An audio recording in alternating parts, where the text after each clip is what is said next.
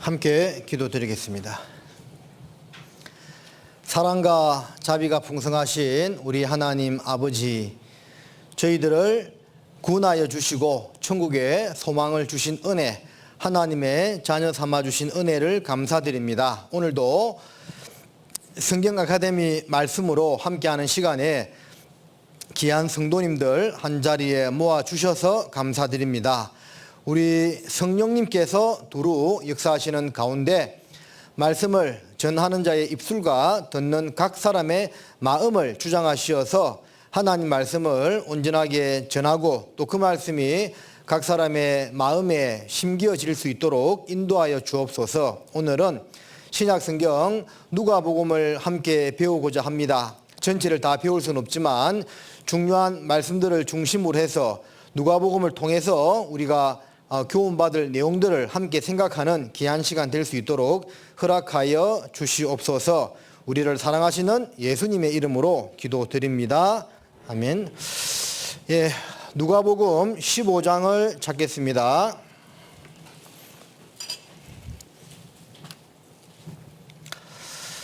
누가복음 15장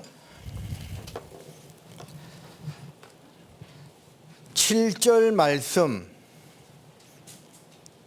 누가복음 15장 7절 한 구절 말씀만 같이 읽겠습니다. 내가 너희에게 이르노니 이와 같이 죄인 하나가 회개하면 하늘에서는 회개할 것이 없는 의인 99을 인하여 기뻐하는 것보다 더하리라. 누가복음 전체를 통해서 가장 중요한 말씀을 한 구절 꼽으라면 이 말씀이 아닐까 하는 생각이 듭니다. 하나님의 마음을 가장 잘 나타낸 성경 구절이라고 할 수가 있겠죠.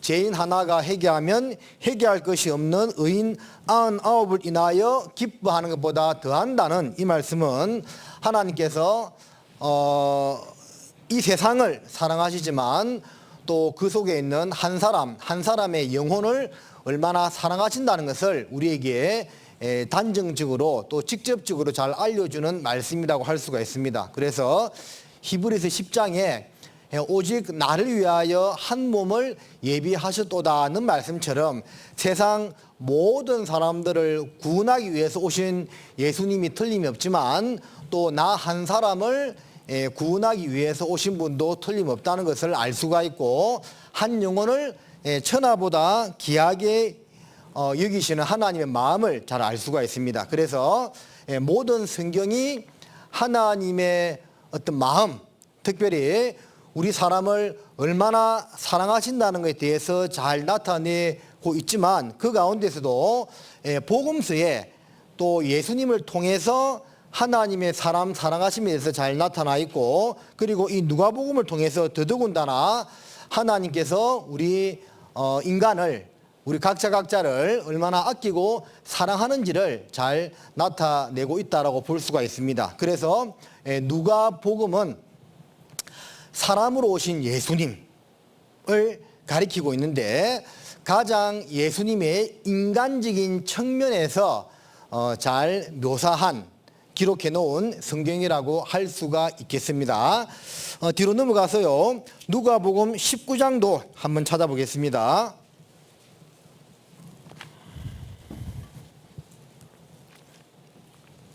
누가복음 19장 10절 말씀 또 같이 읽겠습니다. 인자에 온 것은 잃어버린 자를 찾아 구원하려 함이니라.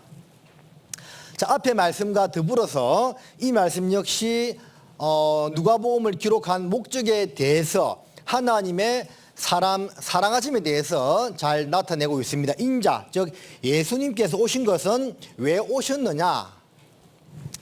잃어버린 자를 찾아 구원하기 위해서 오셨다라는 겁니다. 성경 전체를 압축하는 성경 구절이라고도 할 수가 있겠고 또 누가복음을 대표하는 성경 구절 중에 하나가 또 앞에 찾았던 말씀과 더불어서 이 구절이라고 할 수가 있겠습니다. 그래서 누가복음은 하나님의 인간 사랑하심에 대해서 잘 나타낸 성경이면서도 또 예수님의 인간적인 모습에 대해서 가장 잘 나타내고 있는 성경이라고 할 수가 있겠습니다. 유대인들이요 성경책 다음으로 많이 보는 책이 뭘까요? 유대인들이 탈무드라고 합니다. 성경책 다음으로 가장 많이 보는 책이 탈무드. 기독교인들 사이에서는 성경책 다음으로 가장 많이 보는 책이 철로 역정이라고 하고 있는 것처럼 유대인들 사이에서는 성경 다음으로 가장 많이 보는 책을 탈무드라고 있는데, 자, 그 탈무드에 나오는 이런 격언이 있답니다. 인간이 탈무드에 나오는 사람이 절대 감출 수 없는 것 세 가지가 있다고 해요. 사람이 절대 감출 수 없는 세 가지 뭘까요? 자, 그 책에 따르면 첫 번째는 재치기. 아무리 참아도 재치기 참을 수 있습니까? 못 참죠. 코로나 시국에 재치기라면 다른 사람들의 따가운 눈총을 받습니다. 그래도 아무리 참으려고 해도 참을 수 없는 것이 재치기. 맞아요? 자, 또 하나가 가난을 감출 수가 없대요. 아무리 감추려고 해도 감추기 어려운 것이 가난이라고 이야기합니다. 부자는요, 자기가 부자라는 것을 감출 수 있을까요? 없을까요? 있습니다. 그래서 우리나라 사람들은 자기가 돈이 있다는 것을 외관으로 많이 치장을 하잖아요. 그래서 지금은 좀 뜸하지만 예전에 중국에 사업하러 간 우리나라 이 사업가들이 그런 실수를 많이 한대요. 그 예전에 중국에 뭐 덩소평, 모택동 이런 사람들 옷 입고 있는 거 봤어요? 그냥 흐름한 그 작업복 같은 거 입고 다니는 거 봤죠? 그래서 중국에 있는 진짜 부자들은 절대 옷을 화려하게 입고 다니지 않는데요. 그래서 그런 노동자 옷처럼 있잖아요. 단색 그런 옷을 많이 입고 다니는데 우리나라 사업가들이 가볍게 봤다가 진짜 엄청난 부자를 잘못 건드려서 큰 코 다치는 그런 경우가 가끔씩 있었다고 합니다. 자, 그래서 자기가 부자라는 것은 감출 수가 있지만 가난은 감출 수 없다고 합니다. 또 세 가지 중에 한 가지가 사랑하는 마음이라고 해요. 정말 사랑하는 마음은 감출 수가 없습니다. 그러죠? 그래서 부모가 자녀를 정말 사랑하는데 그걸 감춥니까? 감추지 않죠. 우리 여기 어르신들도 계시는데 손주들 사랑하는 마음을 감추지 않잖아요. 그러니까 어떤 할머니들 보면 자식들한테 한 달 용돈 20만 원씩 받은 거를 10만 원 꼬박꼬박 모아놨다가 1년 120만 원 모으죠. 그걸 설날 용돈으로 자기 손주들에게 다 주는 그런 할머니들도 계시더라고요. 사랑하는 마음은 감출 수가 없는 것 같습니다. 그래서 성경에도 하나님의 사랑하심에 대해서 잘 표현하고 있죠. 제가 설교 시간에 그런 말씀 한번 한 적이 있습니다.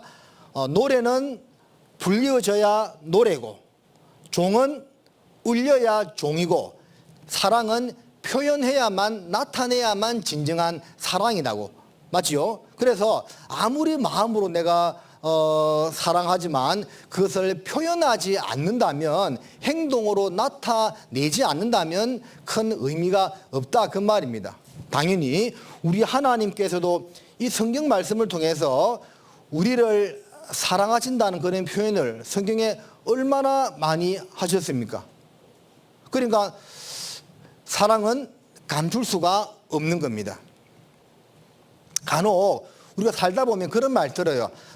마음은 그렇지 않은데 그냥 성격이 그래서 표현을 잘 못해서 그렇다고, 원래 마음은 그렇지 않다고. 자, 그런 말 하는 거 들어본 적 있죠? 근데 그런 말 들으면 여러분들 많이 공감이 돼요?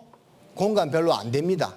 왜냐하면 정말 사랑한다면 표현하게끔 되어 있습니다. 어떠한 형태로든지. 하나님이 그렇게 하셨고 우리도 교회 안에서 요한일서에 나와 있는 말씀처럼 보는 바 형제를 사랑하지 않는 자가 보지 못하는 바 하나님을 사랑할 수 없다는 말씀처럼 정말 우리가 주님의 사랑을 받았고 그리고 그 사랑으로 형제 자매들을 사랑한다면 그것을 표현하고 행동으로 나타내고 살아야 하는 것이 마땅하다라는 겁니다. 그래서 탈무드에 나오는 인간이 절대 감출 수 없는 세 가지 재치기, 가난, 사랑하는 마음이라고 하는데 자, 공감되는 내용이다라는 생각이 들어서 잠깐 말씀을 드렸습니다. 그래서 오늘은 이 누가복음을 통해서 하나님의 사람 사랑하심에 대해서 함께 살펴보도록 하겠는데요. 자, 제가 복음서를 할 때마다 복습하는 의미에서 한번 요 사복음서를 한번 또 고찰하는 시간을 가지도록 하겠습니다. 마태, 마가복음에서 해서 지금쯤은 이제 꾸준히 들으신 분들은 다 외웠을 거라고 생각합니다. 자, 이제 제가 사자만 그려도 뭔지 딱 느낌이 오지요? 안 와요? 자, 위가 뭐라고요? 북쪽. 자, 동서남북을 생각해 보자고 했습니다. N, S, 동쪽, E, W. 그래서 사자를 그려놓고 동서남북을 통해서 사복음서를 한번 생각해 보자고 했죠. 북쪽 하늘 쪽입니다. 색깔 무슨 색깔이에요? 청색. 자, 그래서 자, 반시계 방향으로 돌아오면서 성막의 세마포 시장의 네 가지 색깔 뭡니까? 청, 자색, 그리고 무슨 색? 홍색. 마지막으로 무슨 색? 백색. 자, 청자, 홍백 네 가지로 이렇게 생각해 보자고 했습니다.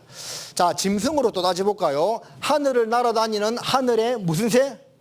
독수리.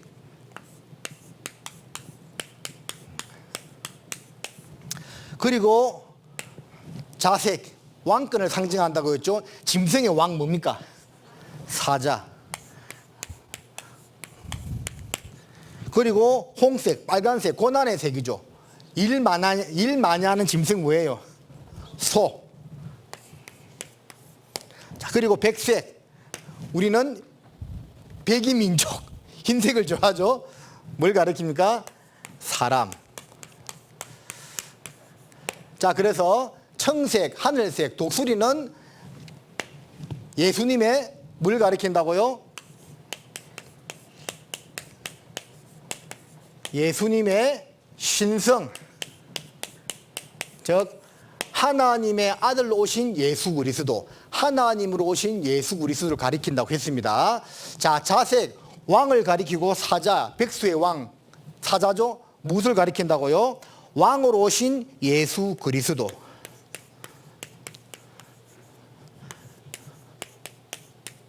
왕으로 오신 예수님 이렇게 또 표현할 수가 있습니다. 물론 이제 뭐 예수님의 신성, 예수님의 주권 그렇게도 이제 뭐 또 할 수 있는데 쉽게 그냥 왕으로 오신 예수님 이렇게 표현해 보았습니다. 홍색 소, 고난 받는 예수님으로 오신 모습이죠. 그래서 뭐라고요? 종으로 오신 예수님을 나타낸다고 했습니다. 마지막으로 사람, 말 그대로 사람으로 오신 예수님 이렇게 표현할 수가 있습니다. 자, 청색, 독수리, 예수님의 신성을 나타내는 복음서는 뭐지요? 예? 요한복음.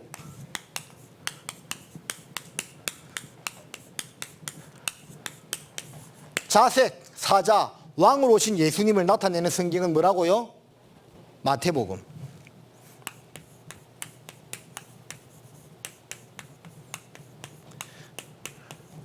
홍색, 소, 고난받는 예수님, 종으로 오신 예수님을 나타내는 대표적인 성경은 뭐라고요? 마가복음. 자, 이제 하나 남은 복음, 무슨 복음요? 백색 사람, 인자로 오신 예수님을 나타내는 성경 누가복음입니다. 그래서 사복음서를 이렇게 동서남북을 표시하는 사자를 그려놓고 생각하면 쉽다고 말씀을 드렸습니다. 그래서 복음서 아카데미 할 때마다 서두에 잠깐 정리하고 있는데 요한복음 할 때 한번 마지막으로 더 하도록 하겠습니다. 그러면 이제 완전하게 이제 습득이 되겠죠. 이것을 안 보고도 내 스스로 딱 그려서 정리할 수 있으면 이제 숙지가 다 되었다, 그렇게 볼 수가 있겠습니다. 그렇다면 오늘은 사람으로 오신, 인자로 오신 예수 그리스도를 나타내고 있는 누가복음에 대해서 좀 배워보도록 하겠는데요. 누가복음은 누가 기록했을까요? 누가가 기록했습니다. 누가. 성경이 총 66권이죠. 구약 39권, 신약 27권에서 66권인데 성경을 기록한 기자들은 대략 몇 명 정도 될까요? 성경 강연회 때마다 듣죠. 대략 한 40여 명 된다고 들었습니다. 그 40여 명 중에서 유일하게 이방인 딱 한 사람 있습니다. 누구일까요? 누가. 자, 누가복음과 사도행전을 기록한 누가가 유일하게 유대인이 아닌 이방인으로서 성경을 기록한 사람입니다. 그래서 성경 66권 가운데서 누가가 기록한 성경이 두 개가 있죠. 누가복음과 뭐라고요? 사도행전. 요 성경 두 개를 누가가 기록을 했는데, 누가는 헬라인으로서 이방인이고 직업은 의사였습니다. 사도행전 16장을 보겠습니다.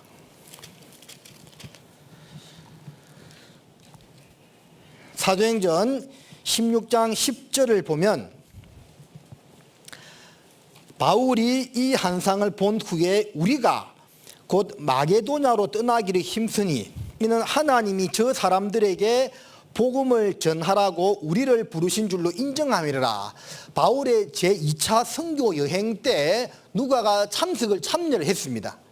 그래서 이름이 기록이 되어 있지는 않지만 우리를 여기 우리의 누가가 들어가 있습니다. 그래서 이 누가가 사도행전 그리고 누가복음을 기록했는데, 분량으로 따졌을 때, 양으로 따졌을 때 복음서 중에서 가장 많은 분량을 차지하고 있는 성경이 누가복음이죠. 그렇죠? 물론 장수는 마태복음이 27장으로 조금 더 많긴 하지만 그 글자 양으로 봤을 때 누가복음이 가장 양이 많아요. 그리고 누가복음하고 사도행전을 누가가 기록했는데 요 두 개를 합하면 신약 성경의 4분의 1을 차지해요. 그러니까 바울이 서신서 14권을 기록하긴 했지만 양으로 따졌을 때는 누가가 신약 성경의 가장 많은 부분을 기록한 사람이다 라고도 볼 수가 있겠습니다. 참고로 아시면 되겠습니다.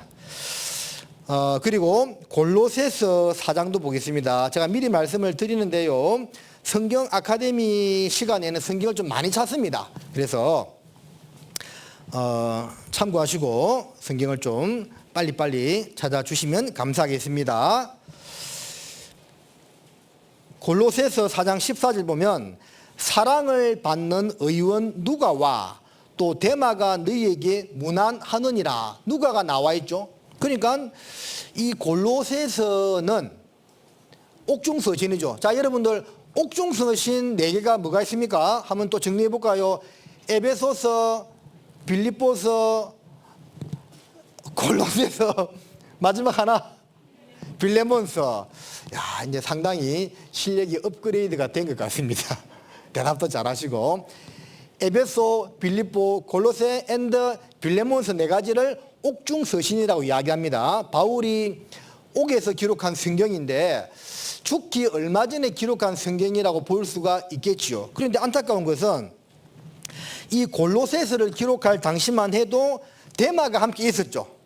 근데 디모데 후서 4장에 보면 데마는 이 세상을 사랑하여 나를 떠났다라고 되어 있습니다. 그러니까 데마가요, 처음부터 예수님을 떠난 것이 죄송합니다. 처음부터 바울을 떠난 것이 아니고 거의 끝까지 했어요. 옥중서신을 기록할 때까지만 해도 그러니까 한 7, 8부 능선까지는 데마가 함께 했던 겁니다. 근데 어디서 데마가 탈락했는가? 9부 능선에서 떨어져 버렸어요. 우리가 산을 올라갈 때 이 능선이 있잖아요. 예? 9부 능선을 넘어서 10부까지 정상까지 가야 되는데 어떤 분들은 7, 8부 능선에서 포기하는 사람도 있고 어떤 사람은 9부 능선 조금만 더 가면 정상인데 거기서 그만 주저앉는 사람이 있습니다. 대만은 이 골로새서를 기록할 때까지 이름이 나와 있는 것을 보면 7, 8부 능선까지는 함께 했던 사람이에요. 마지막 9부 능선에서 그만 세상이 좋아서 가버렸다 그 말입니다. 자, 이런 것을 보면 우리도 모든 성경은 우리에게 교훈을 준다고 했죠. 세상 마지막 때가 되니까 모든 징조가 다 성취가 되잖아요. 그럼 우리 생각에는 모든 징조가 다 성취가 되는 것을 눈으로 직접 보는 시대에 살기 때문에 더 많은 사람들이 더 잘 믿을 것 같지요. 구원받을 것 같잖아요. 그런데 안 그렇잖아요. 예? 예전보다도 더 사람들의 마음이 강팍해졌고 참 구원받기가 힘든 시대입니다. 참 이상하죠. 예? 참 아이러니하다라고 볼 수가 있습니다. 우리 신앙 안에서도 마찬가지라고 생각이 됩니다. 이제 조금만 더 가면 끝납니다. 지금 우리가 예수님 만날 때를 10부라고 봤을 때 지금 말 그대로 7, 8부 능선을 넘는 시기가 아닐까라고 생각합니다. 그러면 이까지 온 사람들은 10부까지 갈 거라 생각하죠. 근데 9부에서 떨어지는 사람이 있다니까요. 데마 같은 사람이 또 있다는 겁니다. 왜? 성경에 있으니까 우리 중에도 데마처럼 9부 능선에서 탈락하는 사람이 있을 수 있는 겁니다. 중요한 것은 뭐라고요? 내가 그런 사람이 되어서는 안 된다라는 겁니다. 그러니까 섰다 생각하는 자는 넘어질까 조심하라는 것처럼 신앙생활은요, 끝까지 겸손한 모드를 유지하고 하는 것이 중요하다는 겁니다. 왜냐하면 데마가 8부 능선까지는 함께 했거든요. 근데 9부에서 떨어져 버렸잖아요. 내가 그렇게 되지 말라는 법 없거든요. 그래서 신앙은 주님 만나는 그날까지 기독교 3대 성인 어거스틴이 말했던 것처럼 신앙의 첫 번째 덕목이 무엇입니까? 겸손입니다. 두 번째는 무엇입니까? 겸손입니다. 세 번째는 무엇입니까? 겸손입니다.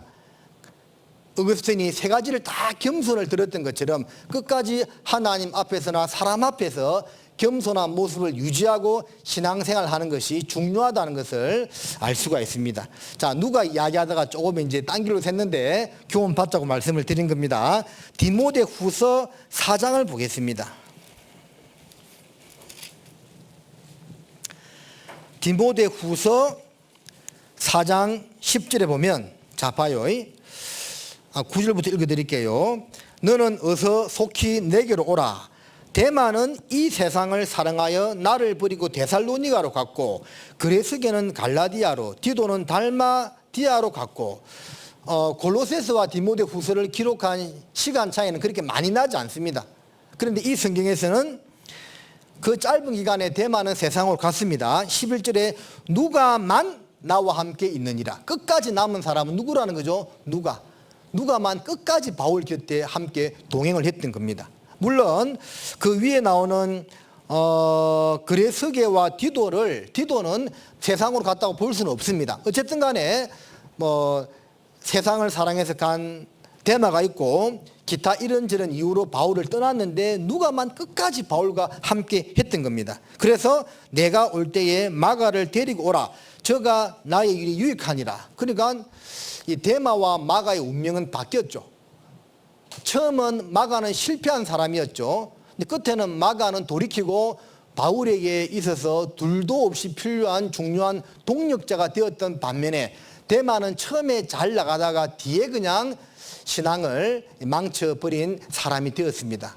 우리는 그래서 이러한 사례들 보면서 나는 데마와 같이 하지 말고 마가와 같이도 하지 말고 이왕이면 누가처럼 처음에도 나오고 끝에도 나오죠. 시종일관 같은 모습으로 교회 안에서 하나님을 섬기고 복음을 전하고 신앙생활을 하는 그런 사람이 되어야 한다라는 겁니다. 빌레몬서도 보겠습니다. 자, 빌레몬서 1장 23절 그리스도 예수 안에서 나와 함께 갇힌 자 에바브라와 또한 나의 동력자 마가 아리스다고 데마 누가가 문안하느니라. 여기도 보면 데마 누가가 나오죠.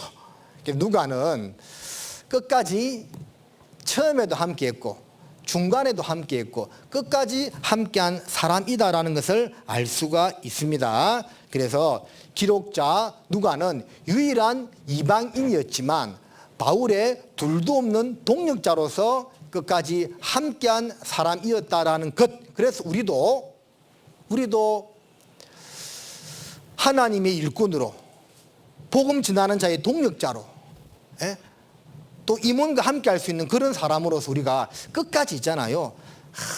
하는 사람이 되어야 되겠습니다. 저도 목회를 하다 보면 처음과 끝이 한결같은 사람이 제일 좋아요. 그 교회를 처음 갔을 때 참 반갑게 대하고 함께하던 분들, 끝까지 함께하는 분들이 있습니다. 참 제일 좋아요. 근데 처음에는 함께 잘 하는 것 같았는데 뒤에는 좀 안 그런 분도 가끔씩 있더라고요. 뭔가 안 좋아. 그래서 시종일관 한결같은 모습으로 참 함께 해주는 우리 귀한 지체들이 되었으면 합니다. 자, 그리고 이제 누가복음의 수신자는 누굽니까? 수신자. 누가복음 1장을 보겠습니다. 누가복음 1장.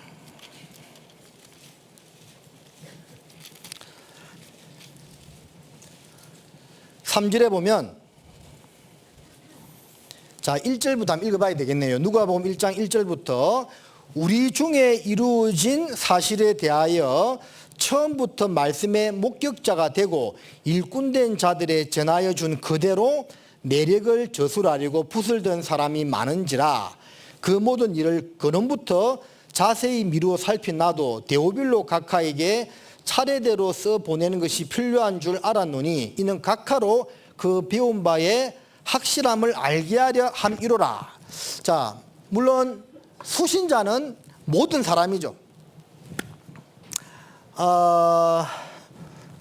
여기 이제 수신자를 좀 생각해 볼게요.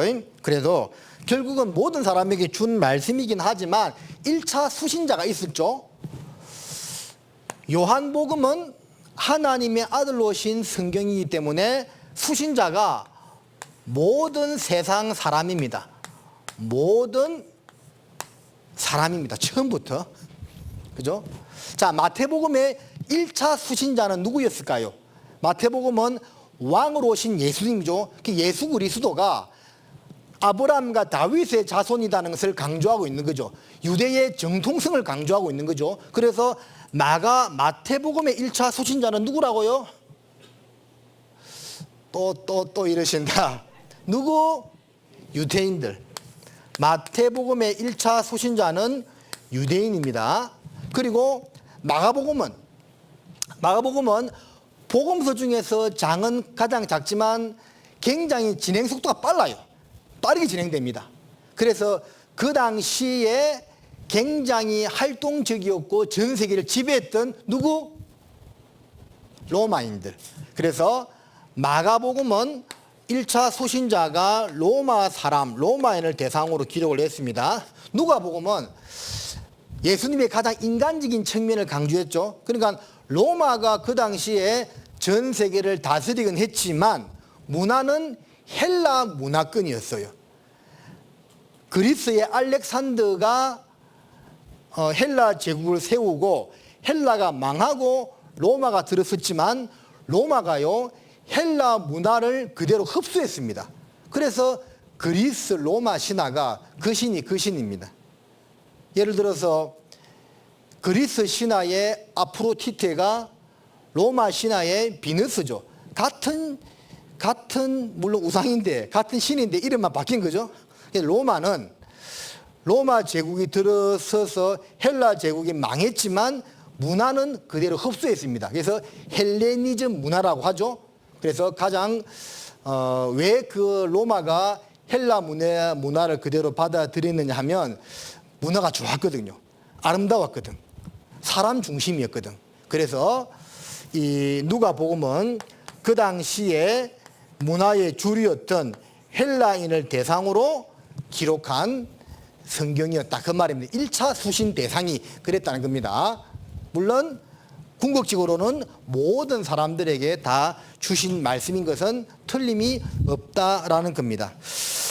자, 그래서 이제 그렇게 쭉 기록이 되었는데 일단은 이 편지를 받는 1차 수신자는 이제 누가복음은 헬라 사람을 대상으로 이제 기록이 되었긴 했지만 그 전에 편지 받는 1차 수신자는 데오빌로 각하였다. 그 말입니다.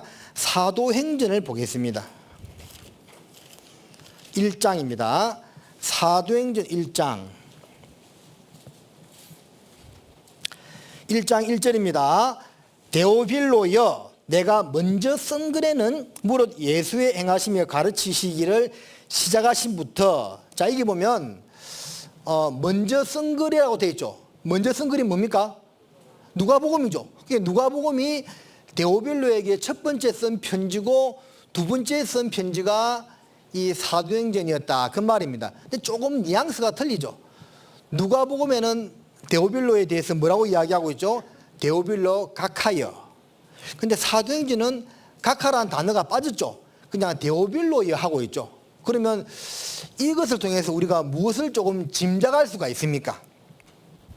아마 데오빌로가 누가복음을 받고 나서 사도행전을 받을 때까지 그 시간이 얼마나 되었는지 모르지만 그 사이에 그리스도인이 되었든지 아니면 뭔가 성경에 대하여 하나님에 대하여 예수님에 대하여 굉장히 호의적인 사람으로 바뀌었다는 겁니다.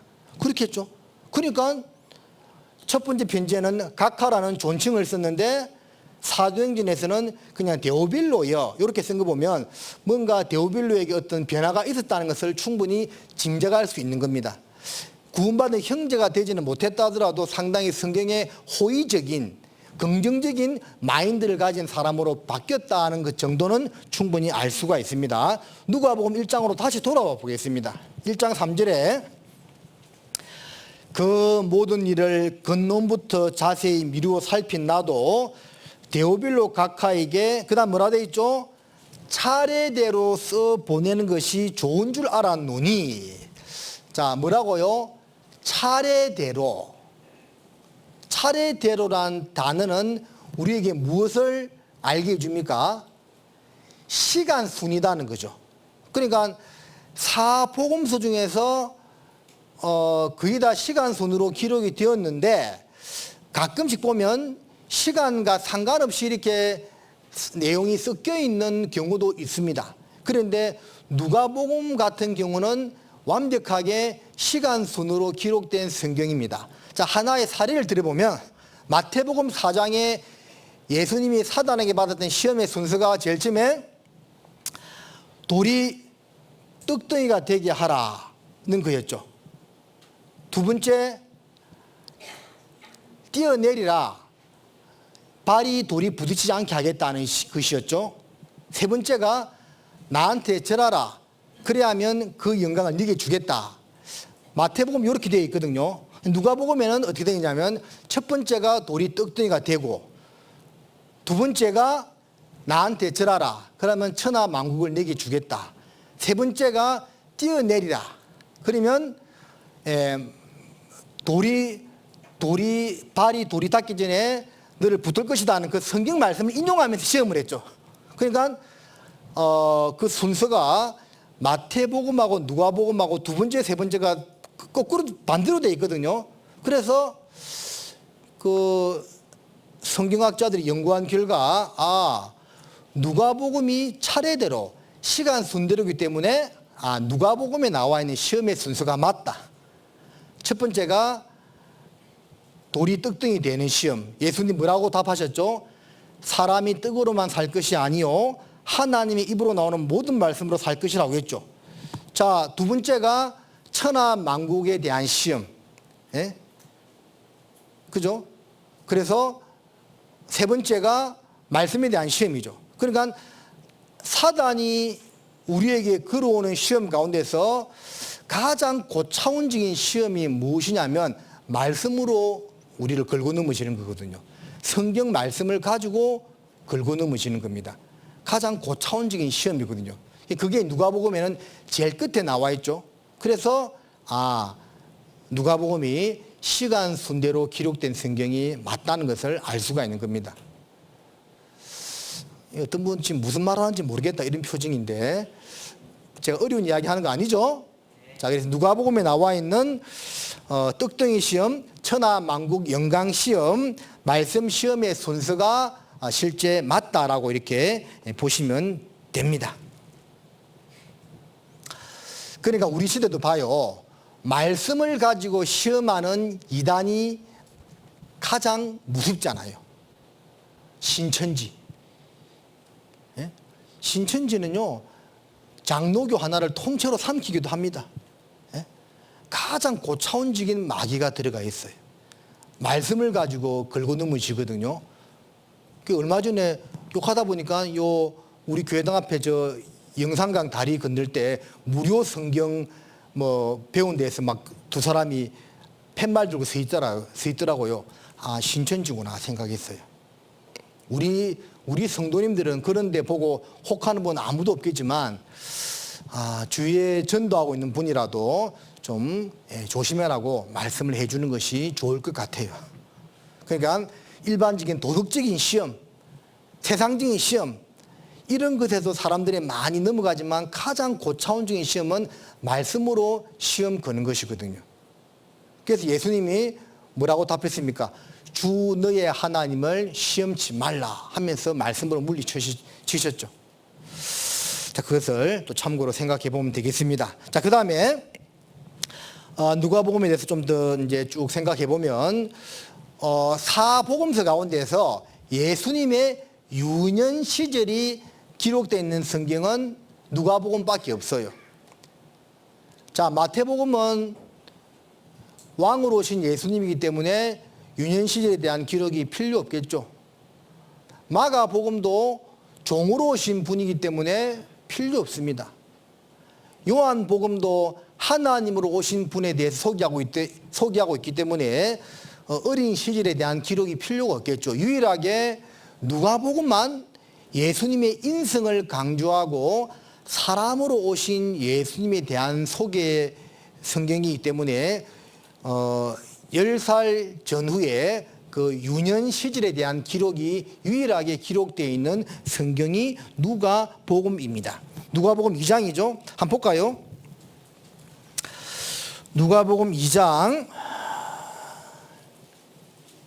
41절에 그 부모가 해마다 유월절을 당하면 예루살렘으로 가더니 예수께서 12살 될 때에 저희가 이 절기의 전례를 쫓아 올라갔다가 그 날들을 마치고 돌아갈 때에 아이 예수는 예루살렘에 머무셨더라.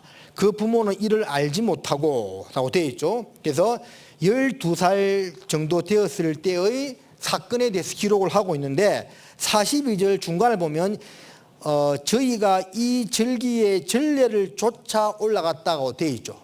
이게 이제 무엇이냐면 유대인들은 12살은 만 나이를 말하겠죠. 만으로 12살이 되면 예루살렘에 올라가 가지고 랍비들 앞에 서서 테스트를 받습니다. 그게 어떤 테스트였냐고 전해지고 있냐면 신명기까지 모세오경을 다 외워서 그 서기관들, 율법사들 앞에서 모세오경을 다 외우는 거예요. 외우고 그 율법사들이 묻는 질문에 몇 가지 정확히 답을 하면 통과가 되는 겁니다. 이제 너는 이제 유대인의 이제 아직 완전 성인은 아니지만 이제 준 성인으로 인정한다. 그런 의식을 치루었던 겁니다. 그래서 그것을 만 나이가 12살 되었을 때 올라가서 했는데, 물론 예수님은 뭐 당연히 성경 전체를 다 아시는 분이기 때문에 충분히 답변 다 하시고 나중에 거기서 율법사들과 오히려 이야기 나누면서 그들을 말씀으로 능히 이기는 그런 이제 모습을 보이셨습니다.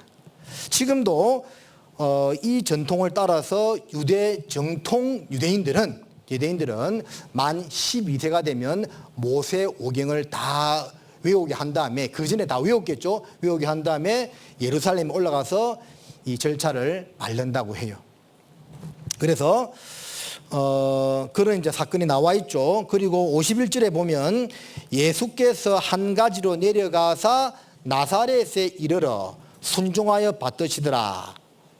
52절에 예수는 그 지혜와 그 키가 자라가며 하나님과 사람에게 더 사랑스러워 가시더라. 앞으로 돌아와서 40절도 보면 아기가 자라며 강하여지고 지혜가 충족하며 하나님의 은혜가 그 위에 있더라. 그래서 예수님에 대한 유년 시절을 볼 때도 하나님이 함께 하심으로 지혜가 충족하고 하나님과 사람에게 사랑스러워 가셨다라는 겁니다. 그리고 인간적으로 볼 때도 지극히 정상적인 삶을 살았다라는 겁니다. 예수님이 하나님이지만 사람의 모양으로 와서 똑같은 가정을 다 겪었잖아요. 그 가정을 겪었던 모습이 뭐 신령하고 특별하고 이상한 그런 모습이 아니었고 지극히 정상적인 모습으로 모범적인 모습으로 삶을 살았다는 것을 우리에게 보여주고 있는 겁니다.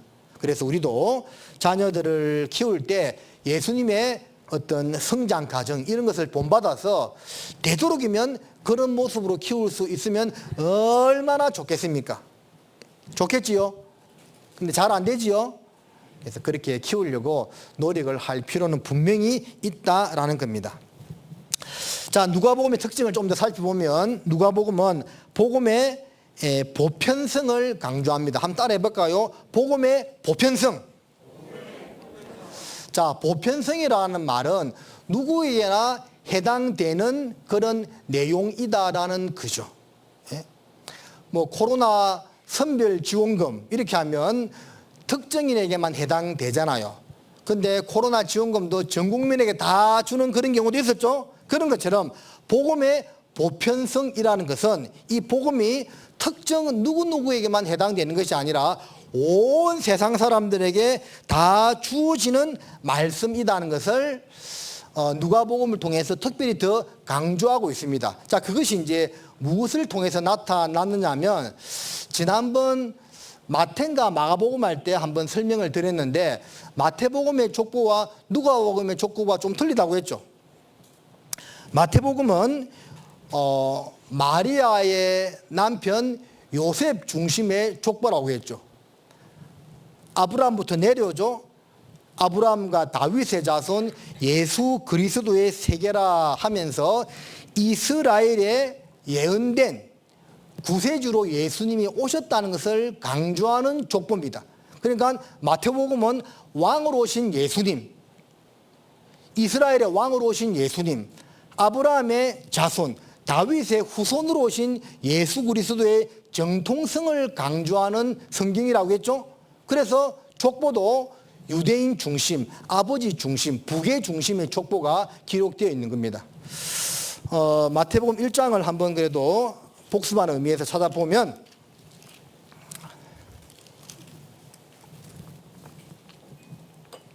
1장 16절입니다. 야곱은 마리아의 남편 요셉을 낳았으니 마리아에게서 그리스도라 칭하는 예수가 나시니라. 아브라함부터 족보가 쭉 내려와서 다윗까지 오죠. 다윗에서 야곱까지 오고 야곱이 요셉을 낳고 요셉이 예수님을 낳는다는 족보죠. 그러니까 16절에 나와 있는 야곱이 누구 아버지입니까? 야곱이 누구 아버지예요? 요셉의 아버지죠. 마리아의 남편 요셉의 아버지입니다. 야곱은. 자, 이거 잡아 놓으시고 누가복음 3장을 한번 보시겠습니다. 누가복음 3장 23절을 보면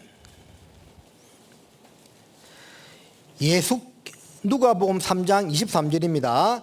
예수께서 가르치심을 시작할 때에 30세쯤 되시니라. 자, 이 말씀을 통해서도 우리가 배울 것이 예수님의 공생애가 30살부터 시작되었다는 것을 알 수가 있는 겁니다. 이 말씀을 근거로 해가지고. 그 다음에 사람들의 아는 대로는 요셉의 아들이니 요셉의 이상은 헬리요. 자, 마태복음에서 요셉의 아버지가 누구라고 되어 있었죠? 야곱. 근데 여기서는 요셉의 이상이 야곱이 아니고 헬리라 되어 있죠? 자, 지난번 마태복음 강연가 할 때 잘 들으면 기억할 겁니다. 헬리가 누구라고요?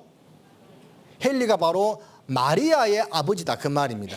그러니까 마태복음에 나오는 야곱은 요셉의 아버지로서 요셉의 부계 족보를 따르고 있는데, 누가복음에 나오는 헬리는 요셉의 아버지가 아니라 마리아의 아버지로서 모계 족보를 따르고 있다 그 말입니다. 그러면서 거꾸로 올라가서 아담 하나님까지 족보가 거슬러 올라가죠.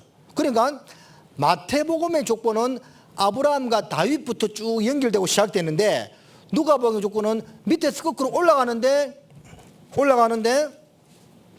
38절에 봐요. 그 이상은 에노스요, 그 이상은 셋이요, 그 이상은 아담이요, 그 이상은 누구라고요? 하나님이시니라. 하나님까지 올라가고 있습니다. 모계 족보로서. 이것은 우리에게 무엇을 알려주고 있느냐 하면, 예수 그리스도가 이스라엘의 정통성을 띠고 온 메시아일 뿐만 아니라 온 세상에 만민의 구주로 오셨음을 알려주기 위해서 기록된 족보라고 볼 수가 있는 겁니다. 자, 그것을 뒷받침하는 성경 구절이 누가복음 2장을 보면, 누가복음 2장 30절을 보면, 내 눈이 주의 구원을 보았사오니 이는 만민 앞에 예비하신 것이요 이방을 비추는 빛이요 주의 백성 이스라엘의 영광이니이다 하니. 자, 시몬이 아기 예수님을 보고 찬양하는 내용인데, 다시 보면 내 눈이 주의 무엇을 보았다고요? 구원을 보았어요. 구원을 보았는데 그 구원이 누구를 위하여 예비된 것인가? 31절에 만민 앞에 예비하신 것이요 온 세상을 먼저 위한 거라는 거죠. 온 세상 위하여 주 돌아가신 것. 그리고 32절에 이방을 비추는 빛이요 주의 백성 이스라엘의 영광이니이다. 자, 순서가 만민에서 이방으로 이스라엘에게 이렇게 내려오죠. 마태복음과 이제 반대의 모습을 띠고 있다는 겁니다. 결국 이것은 누가복음을 기록한 가장 중요한 목적 중에 하나가, 예수 그리스도의 복음은 유대인들 특정 사람을 위한 것이 아니고 온 세상 만민을 위한 복음이라는 것을 알려주는 것이다 그 말입니다. 그리고 누가복음의 또 하나의 특징은요, 소외되고 낮은 자에 대한 관심을 가장 잘 나타낸 복음서입니다. 소외되고 낮은 자에 대한 관심을 가장 잘 나타낸 복음서인데, 이 복음서 가운데서 여성들에 대한 기록이 가장 많아요. 여인들에 대한 관심과 사랑을 잘 나타내고 있는 복음서가 누가복음입니다. 성경에 나타나 있는 여인의 3대 찬양 있는데, 그것을 이렇게 표현합니다. 성경에 나타나 있는 여자들의 3대 찬양. 자, 첫 번째는 출애굽기 12, 15장의 미리암의 찬양. 출애굽 사건 이후에 미리암이 누굽니까? 미리 아는 사람이죠. 미리 다 압니다. 이게 미리암이에요. 모세의 누이죠. 모세의 누나 미리암입니다. 미리암이 출애굽 사건 이후에 하나님을 찬양하는 내용이 기록되어 있죠. 그게 여인들의 3대 찬양 중에 하나입니다. 또 하나가 사무엘상 2장의 한나의 찬양. 한나가 하나님 앞에 아이가 없음에 대해서 통곡하면서도 나중에 그 통곡이 기쁨과 감사의 찬양으로 바뀌고 있죠. 그것을 두 번째 찬양이라 이야기하고, 세 번째가 누가복음 1장의 마리아의 찬양이라고 이야기를 합니다. 성경에 나와 있는 여인들의 3대 찬양, 그 3대 찬양 중에 하나인 마리아의 찬양이 기록되어 있는 복음서니까 여성들에 대한 하나님의 또 각별한 관심을 나타내고 있는 그 성경이라고 할 수가 있습니다. 자, 누가복음 1장을 한번 보겠습니다. 1장에 39절에 보면 이때에 마리아가 일어나 빨리 산중에 가서 유대 한 동네에 이르러 사가랴의 집에 들어가 엘리사벳에게 문안하니 엘리사벳이 마리아의 문안함을 들음에 아이가 복중에서 뛰노는지라 엘리사벳이 성령의 충만함을 입어 그래서 엘리사벳이 세례 요한을 잉태하고 마리아가 예수님을 잉태하는데 세례 요한을 잉태한 것이 마리아가 예수님 잉태한 것보다 몇 달 빨랐다고 했죠? 6개월 빨랐다고 했습니다. 그래서 세례 요한이 예수님보다 6개월 먼저 태어나서 주의 길을 예비했다고 했잖아요. 그런데 그 엘리사벳이 이 마리아와 교제하면서 하나님을 찬양하는 그런 모습이 뒤에 쭉 기록이 되어 있는데요. 특별히 45절에 보면 이런 말씀이 있습니다. 믿은 여자에게 복이 있도다. 주께서 그에게 하신 말씀이 반드시 이루리라. 마리아가 가로되 내 영혼이 주를 찬양하며 내 마음이 하나님 내 구주를 기뻐하였음은 쭉 연결되고 있죠. 그러니까 보세요. 우리는 다 기록된 이후에 이 성경을 보기 때문에 물론 우리도 믿음이 필요합니다. 그러나 좀 편안한 마음으로 성경을 볼 수가 있겠죠. 그런데 이 마리아를 한번 생각해 보세요. 물론 마리아가 구약 성경에 대해서 어느 정도 알았을 거라고도 볼 수가 있지만 율법사들처럼 그렇게 많이 알았다고는 보기 어렵겠죠. 그런데 어느 날 난데없이 가브리엘 천사가 나타나서 남자와 상관없이 성령으로 너에게 아이가 태어날 것이다. 이런 말씀을 들으니까 황당했겠어요? 안 황당했겠어요? 황당했을 거라니까요. 우리는 다 기록된 다음에 보아서 그렇지 그 당시 마리아의 모습을 생각해 봐요. 그 말씀이 얼마나 어처구니가 없겠습니까? 얼마나 당스럽겠어요. 에? 태초 이래로 남자와 상관없이 아이를 잉태했다는 말을 들어본 적이 없는데 이거는 뭐 생물학적으로 도저히 말이 안 되는 거잖아요. 그런데 천사가 나타나서 그런 말씀을 했는데 마리아는 그것을 믿어버린 겁니다. 그래서 엘리사벳이 마리아에게 45절에 믿은 여자에게 복이 있도다. 여러분, 이 신약 성경을 자세히 읽어보면 하나님이 물론 이제 엘리사벳을 통해서 주신 하나님 말씀이죠. 하나님께서 이미 믿어버렸다. 이렇게 표현한 사람이 마리아 말고 한 명 더 있습니다. 누구죠? 이방인 백부장. 자기 종을 살려달라고 했을 때 예수님께서 그 백부장에게 뭐라고 말씀하셨습니까? 내 믿은 대로 될지어다 했죠. 그게 바디메오의 눈을 뜨게 하실 때는 내 믿음대로 될지어다 했는데 이방인 백부장에게는 내 믿은 대로 될지어다 했거든요. 그러니까 그러한 말을 들은 사람이요, 마리아하고 이방인 백부장 두 사람이 있는 겁니다. 이 사람들의 믿음이 얼마나 대단했습니까? 네 믿음대로도 아니고 네 믿은 대로 이미 믿어버렸다는 거죠. 도무지 받아들이기 어려운 그 말씀을 하나님 말씀으로 믿어버렸다라는 겁니다. 우리도 이런 믿음을 가질 수가 있으면 얼마나 좋겠습니까? 여러분, 우리 나주교회가 물론 이제 더 좋은 환경으로 가겠지만 앞으로 한 길게 잡아서 2년 뒤에 이 강당으로 따진다면 이 강당이 우리가 구원받은 성도들로 가득 찰 것을 여러분 믿습니까?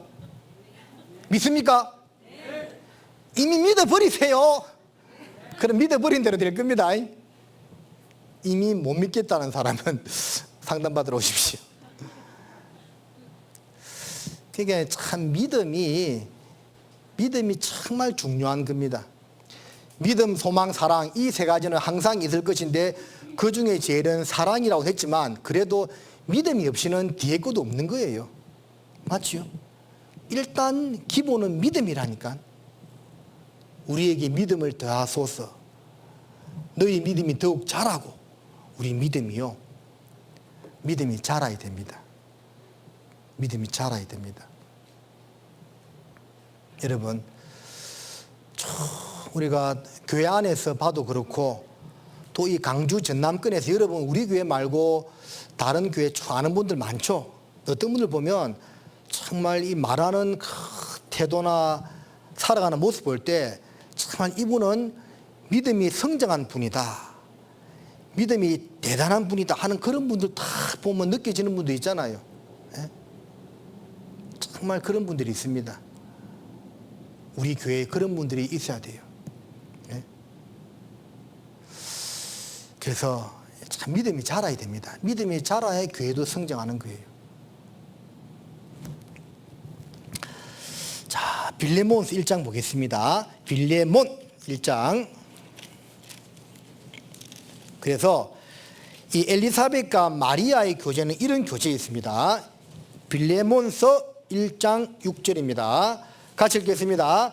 이로써 내 믿음의 교제가 우리 가운데 있는 선을 알게 하고 그리스도께 미치도록 역사하느니라. 자, 믿음의 교제.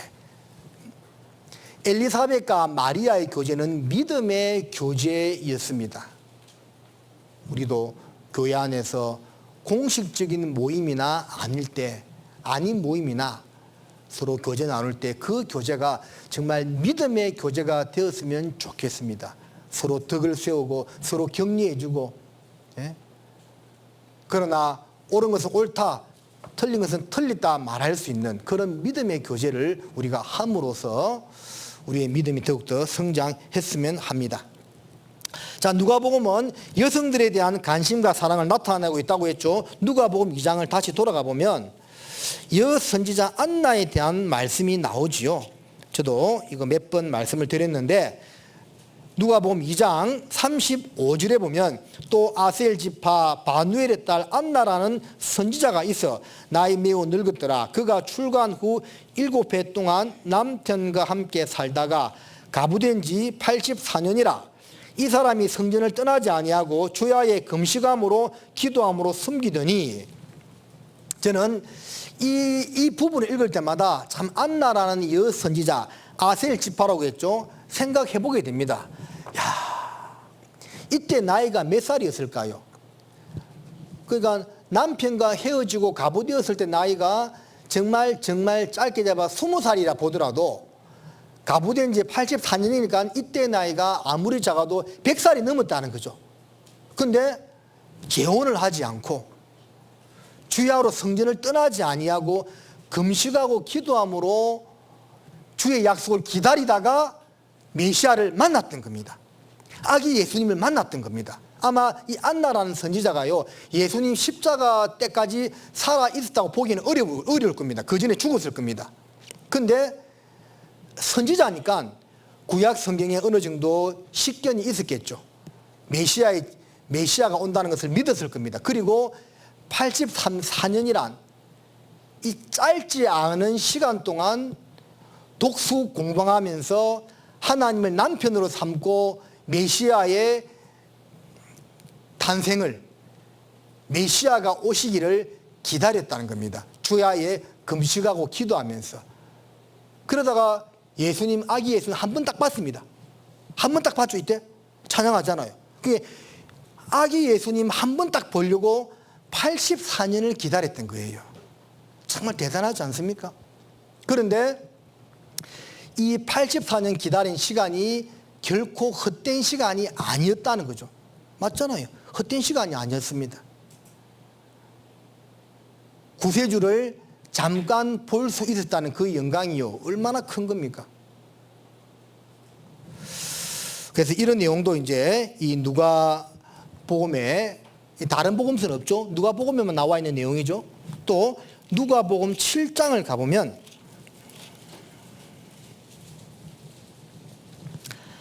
7장 11절에 그 후에 예수께서 나인이란 성으로 가실새 제자와 크단 무리가 동행하더니 성문에 가까이 오실 때에 사람들이 한 죽은 자를 메고 나오니 이는 그 의미의 독자요 의미는 가부라. 그 성에 많은 사람도 그와 함께 나오거늘. 자, 나인성의 가부의 죽은 아들을 살렸던 사건이 나옵니다. 이 사건도 누가복음에만 나와 있습니다. 예? 나인성 가부의 아들을 살린 사건도 누가복음에만 나와 있죠. 여인의 아들을 살린 거죠. 그러니까 이런 이제 여인들에 대한 관심과 사랑을 잘 나타내고 있는 성경이라고 할 수가 있겠습니다. 여러분 다 아시겠지만 예수님이 죽은 자를 3명 살렸죠. 예? 성경 전체를 봤을 때 죽은 사람이 살아나는 경우는 7번 나옵니다. 그거는 다음에 한 말씀드리고, 예수님이 살렸던 3명 누굽니까? 죽은 지 나흘 된 나사로, 또 나인성 가부의 아들, 또 한 명 누구였죠? 또 이러신다 이것도. 해당장 야이로의 12살 된 딸을 살렸죠. 근데 특징이 있죠. 나사로는 성인이죠. 아들 1명, 딸 1명 살렸죠. 예수님은 3명이 아니라 300명, 3000명도 살릴 수 있었지만 딱 3명만 살렸습니다. 어른 1명, 아들 하나, 딸 하나. 무엇을 가리키겠습니까? 예수님은 남녀노소 모든 아들이든 딸이든 어른이든 모든 사람을 다 살리시는 전능자라는 걸 알려주는 겁니다. 죽은 영혼을 살릴 수 있는 구세주라는 것을 3명 살린 사건을 통해서 보여주는 겁니다. 죽은 지 나흘 된 나사로 살렸습니다. 불가능한 일이죠. 살렸습니다. 아들 1명 살렸죠. 12살 된 딸 하나 살렸죠. 주님은 창조주와 전능자로서 모든 죽은 영혼을 살리는 하나님이라는 것을 보여주고 있는 내용이다, 그 말입니다. 그리고 그 누가복음 7장 36절에서 50절까지는 7 귀신 들린 막달라 마리아에 대한 사건이 나와 있죠. 그래서 그 막달라 마리아가 7 귀신이 나간 여인이었습니다. 향유 옥합을 예수님께 부었던 여인이었죠. 2사람이 있다고 했죠. 요 막달라 마리아가 있고 또 나사로의 여동생 마리아가 있죠. 2사람이 옥합을 깨뜨리고 향유를 부었던 사람인데, 나중에 요한복음에서 부활한 예수님을 가장 먼저 만났던 여인이 막달라 마리아였던 것을 생각해 본다면, 여기 47절에 이러므로 내가 내게 말하노니 저의 많은 죄가 사하여졌도다. 이는 저의 사랑함이 많음이라. 사함을 받은 일이 적은 자는 적게 사랑하느니라 되죠. 그러니까 7 귀신이 나가는 경험을 예수님으로부터 했으니까, 그 은혜를 받았으니까 얼마나 좋았겠어요. 예?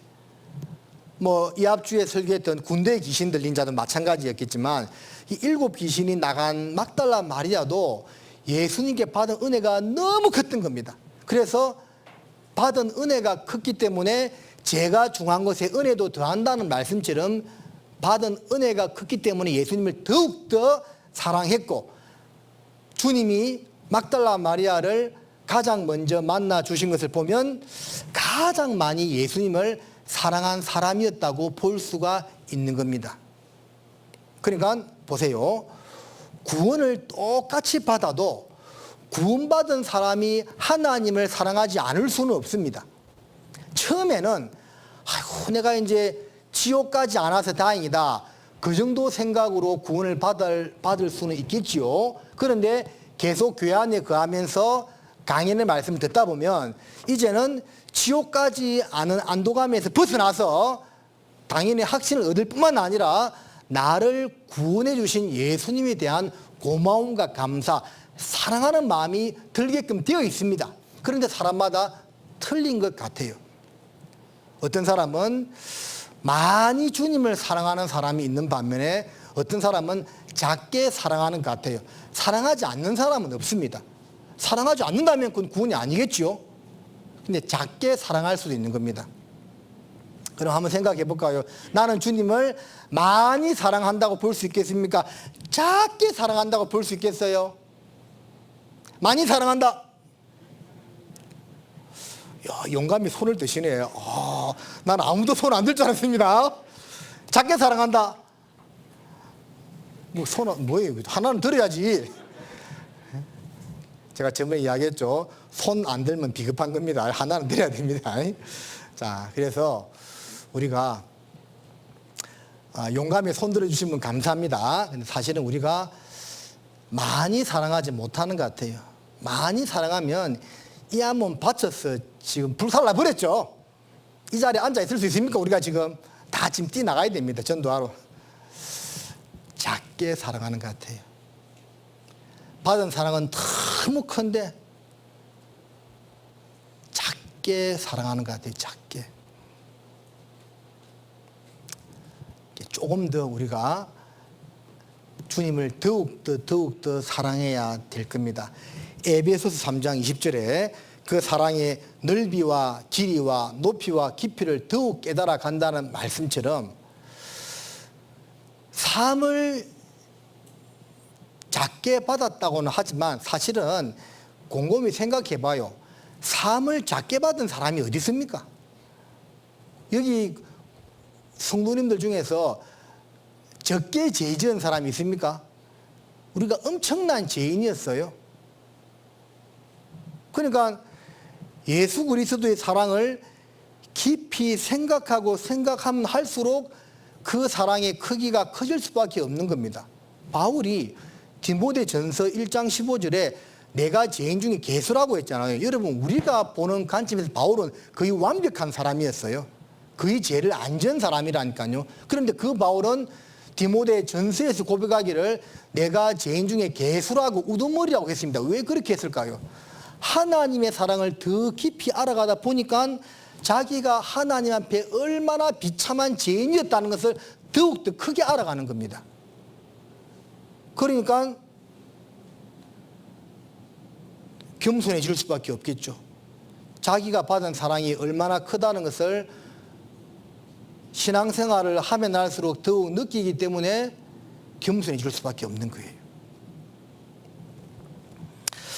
자, 그리고 이제 누가복음 8장을 보면 3절에 또 헤롯의 청지기 구사의 아내 요한나와 또 수산나와 다른 여러 여자가 함께하여 자기들의 소유로 저희를 섬기더라고 되어 있습니다. 그래서 여기 보면 요한나가 누구냐면 요한나는 왕족입니다. 왕족. 이렇게 이 당시에 왕족이면 특권 계층이었죠. 이 요한나가 왕족이었다니까요. 그러니까 왕족에서부터 이 막달라 마리아는 비천한 여인이었을 거라고 생각됩니다. 7 귀신이 들린 상태였기 때문에 왕족에서부터 비천한 여인이 이르기까지 다 다양한 계층의 여인들이 주님을 찾았고 주님을 섬겼다. 보편성을 보여주는 거죠. 구원받는 것도 뭐 부자가 천국에 들어가기는 낙타가 바늘 구멍으로 들어가기보다 어렵다고 해서 부자가 구원 못 받는 것은 아니죠. 드물지만 우리 교회 안에 부자들도 꽤 있습니다. 부자에서부터 가난한 사람에 이르기까지 보편적으로 골고루 구원을 받고 또 교회 안에서 봉사하는 분들도 골고루 섞여서 봉사하고 교제하잖아요. 보편성을 이야기하고 있는 겁니다. 누가복음은 복음의 보편성, 교제의 보편성, 봉사의 보편성을 우리에게 일러주고 있는 성경이라고 볼 수가 있습니다. 자기들의 소유로 저희를 섬기더라. 이 당시에 어디서 지원을 받았을 리는 없었겠죠. 여인들이 순수하게 자기 것으로 주님과 제자들을 섬겼다라고 되어 있습니다. 우리도 그러한 모습을 본받을 수 있도록 해야 되겠고요. 누가복음 10장에는 마르다와 마리아의 또 그 이야기가 나오지요. 그래서 그 말씀 조금 보면 누가복음 10장 40절에 보면 마르다는 준비하는 일이 많아 마음이 분주한지라. 39절을 봐야 되겠네요. 그에게 마리아라 하는 동생이 있어 주의 발 아래 앉아 그의 말씀을 듣더니. 자, 마르다는 봉사한다고 정신이 없고, 근데 그 와중에 마리아는 예수님 발 앞에 앉아 말씀을 듣고 있네요. 그래서 마르다가 불평하면서 예수님 좀 명해서 제 동생으로 하여금 제 봉사하는 일을 좀 도와주게 해달라 하니까 예수님 말씀하시기를 41절에 주께서 대답하여 가라사대 마르다야 마르다야 내가 많은 일로 염려하고 근심하나 그러나 몇 가지만 하든지 혹 한 가지만이라도 족하니라. 마리아는 이 좋은 편을 택하였으니 빼앗기지 아니하리라 하시니라. 자, 이 말씀을 가지고 봉사가 필요 없다 그렇게 생각하면 안 됩니다. 봉사도 반드시 필요합니다. 그런데 기본적으로 가장 먼저 해야 될 것이 말씀을 듣는 일이라는 것을 일러주는 것이죠. 그리고 봉사도 결국은 말씀의 힘으로 하는 겁니다.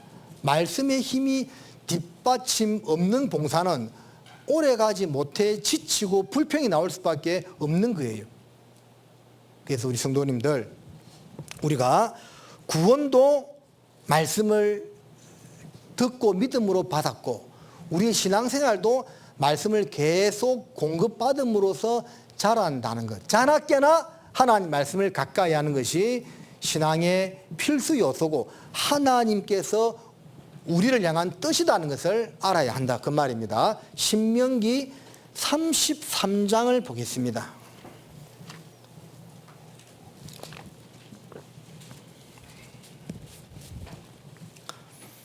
신명기 33장 3절입니다. 자, 외우기 좋죠? 333 같이 읽겠습니다.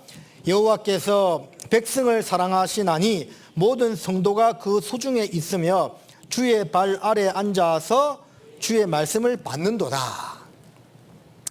근데 앞에 누가복음 말씀과 이 말씀에 공통점이 있습니다. 말씀을 받는데, 듣는데 어디서 듣는다고요? 주의 발 아래 앉아서.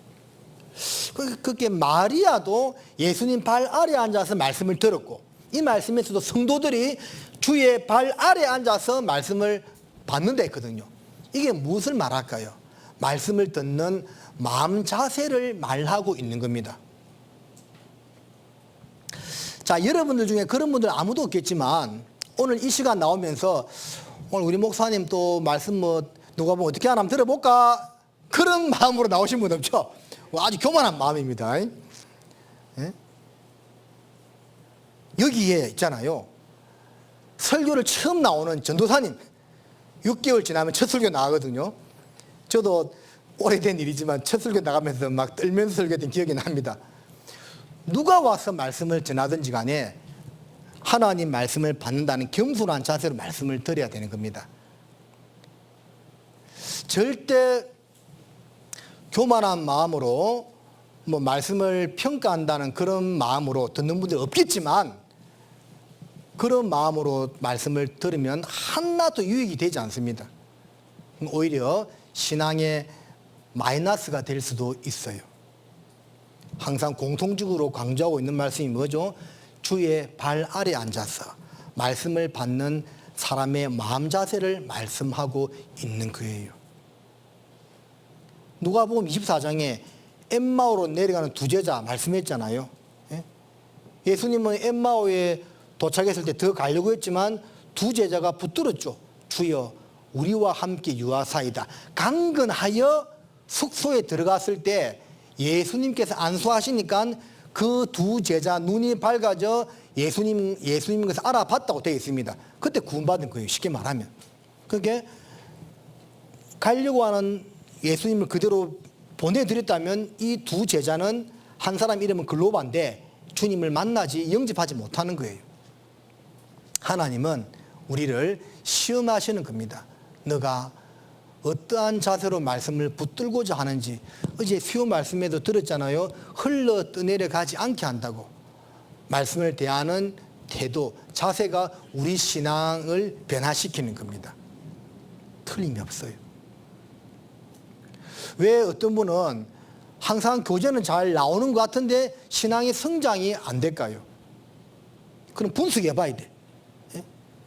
왜 안 되느냐? 여러 가지 이유가 있겠죠. 졸든지 딴 생각하든지 아니면 말씀을 듣는 자세가 삐뚤하든지 그렇게 들으니까 들어도 별로 유익이 안 되는 거예요. 말씀을 듣는 자세가 정말 중요한 거예요.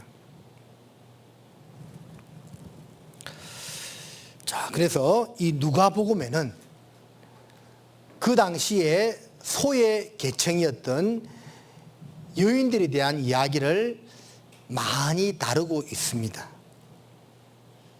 옛날에는요, 이스라엘도 여인들은 인구 계수에 안 쳤죠.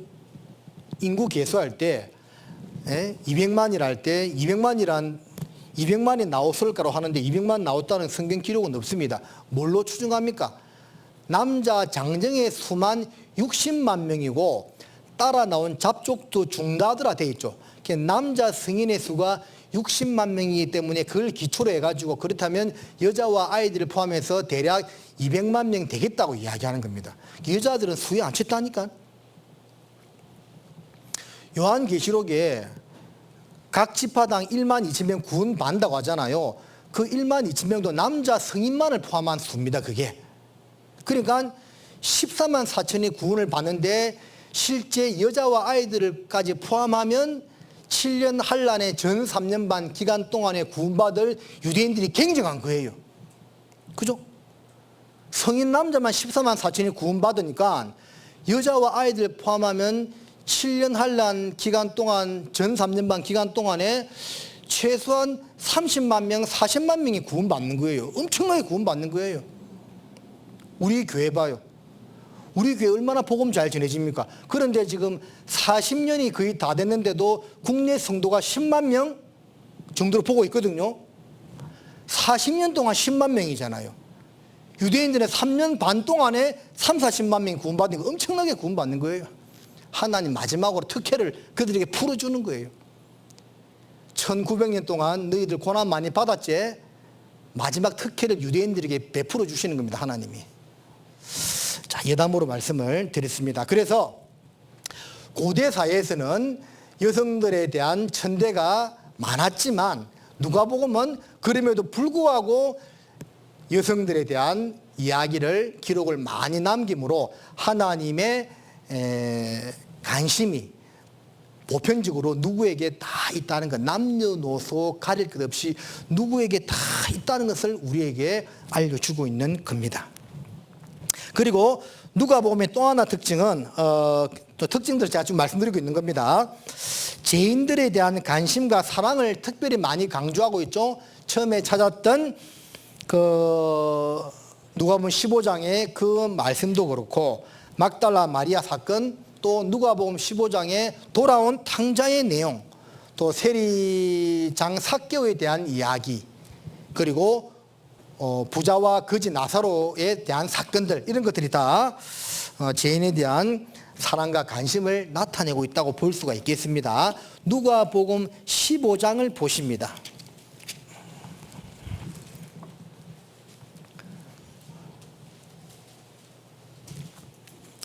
누가복음 15장 1절입니다.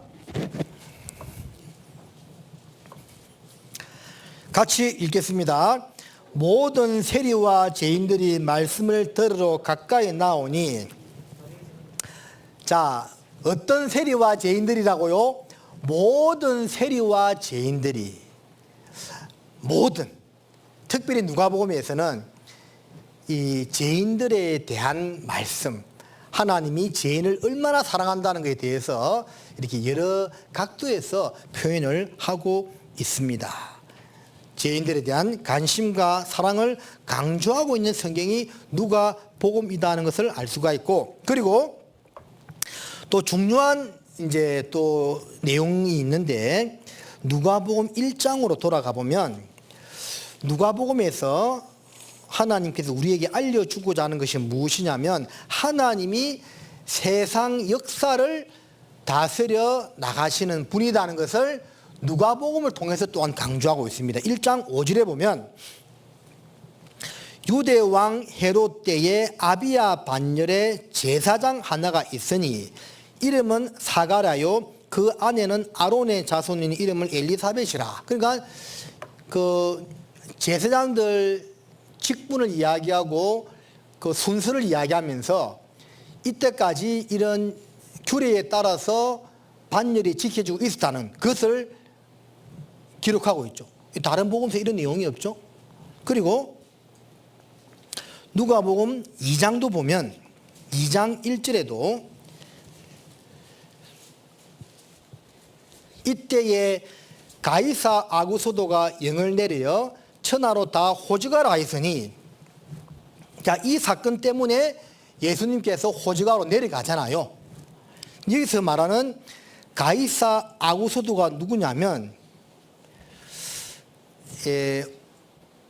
옥타비누아스라는 로마의 초대 황제를 말합니다.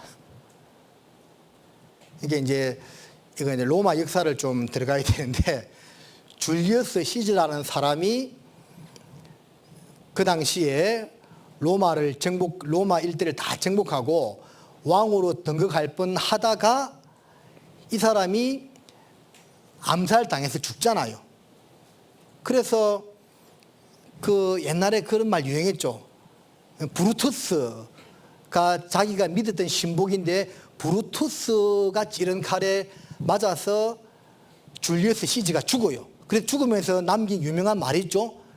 브루투스 너 맞아 날 배신했냐 하면서 시즈가 죽고, 그리고 그 세력을 3등분 하던 세 사람 중에 양자였던 이 옥타비누아스가 젊은 나이에 로마의 황제가 되면서 일대 로마의 초대 황제가 되는 겁니다. 그래서 아구소두란 말은 영어로 아우구스투스란 말인데 건위자란 말이에요. 건위자. 그래서 황제에게만 내려주는 특별한 칭호인데 건위자 또는 존엄한 자, 그런 의미를 담고 있습니다. 가이사 아구스토, 존엄한 황제란 말이죠. 이 사람이 역사에 나오는 옥타비누아스라는 사람인데, 이게 이제 성경에 기록되어 있는 것을 보면 하나님이 역사를 다스려 나가시는 분이라는 것을 우리에게 알려주는 말씀이고, 누가복음 3장을 보면 3장 1절에 디베르 가이사가 위에 있은 지 15해 곧 본디오 빌라도가 유대의 총독으로, 헤롯이 갈릴리의 분봉왕으로, 그 동생 빌립이 이두레와 드라고니 지방의 분봉왕으로, 루사니아가 아빌레네의 분봉왕으로, 안나스와 가야바가 대제사장으로 있을 때에 하나님의 말씀이 빈들에서 사가랴의 아들 요한에게 임한지라. 자, 이 구절을 보면 이 당시의 정치 형태를 알 수가 있죠. 그러니까 옥타비누아스가 죽고 그 다음에 디베르 가이사, 이 사람이 티베리우스라는 사람인데, 이 사람이 이제 황제에 올랐을 때 이제 예수님이 이제 활동을 했다, 그 말입니다. 그래서 이 사람이 황제에 있을 때 본디오 빌라도는 유대 총독이고 헤롯은 갈릴리의 분봉왕이고,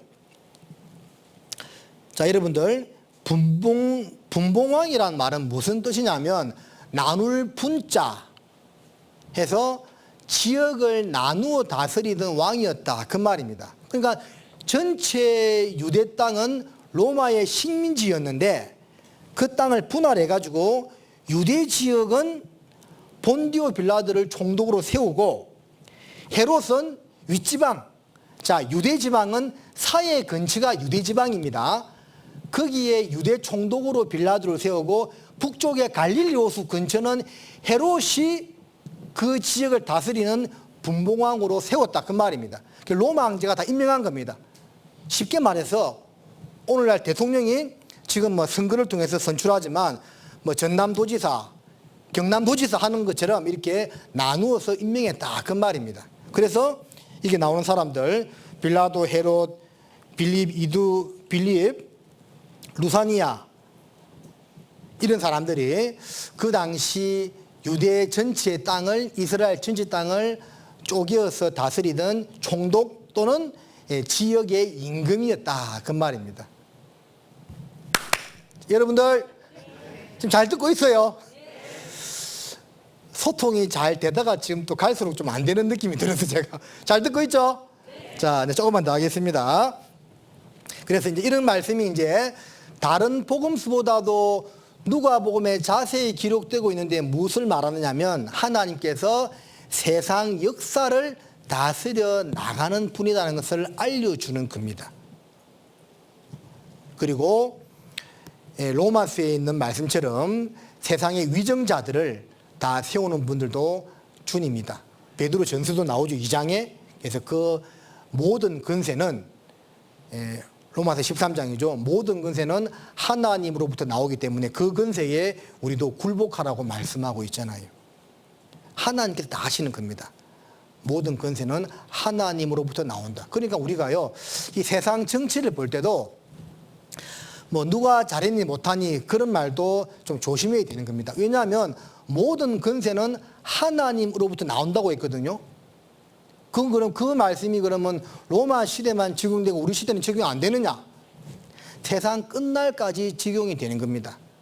대통령, 국회의원, 도지사, 시장 다 하나님이 허락해서 세운 사람이라는 것을 받아들이는 것이 성경적인 모습이라는 겁니다. 여러분 알았어요?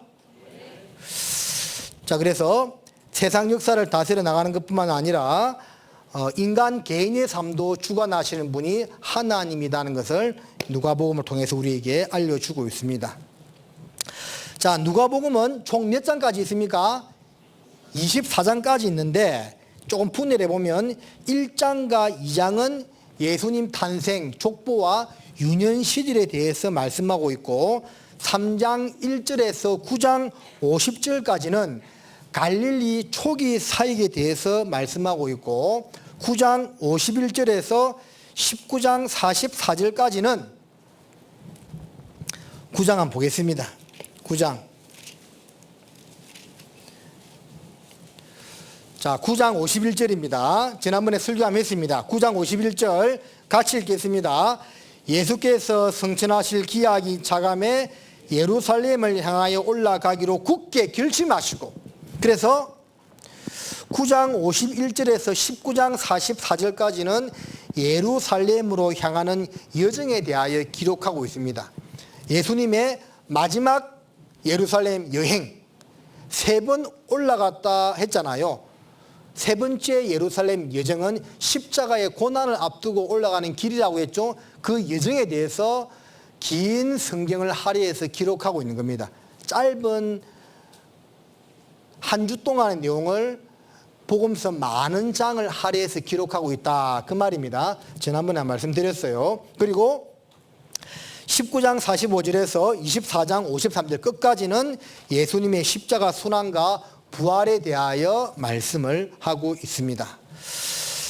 자, 그리고 남은 시간 오늘 조금 이제 좀 빨리 마치는데요. 우리 손님이 오가 빨리 마치는데 그래도 조금만 더 하면 누가복음을 쭉 읽어보면 강조하고 있는 단어가 계속 나와요. 그게 뭐냐면 누가복음 3장을 보겠습니다.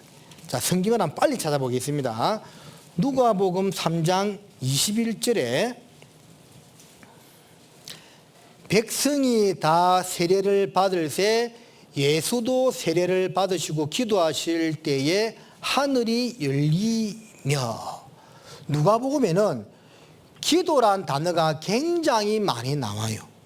특별히 예수님께서 세례 받으시고 기도하실 때에 뭐가 열렸다고요?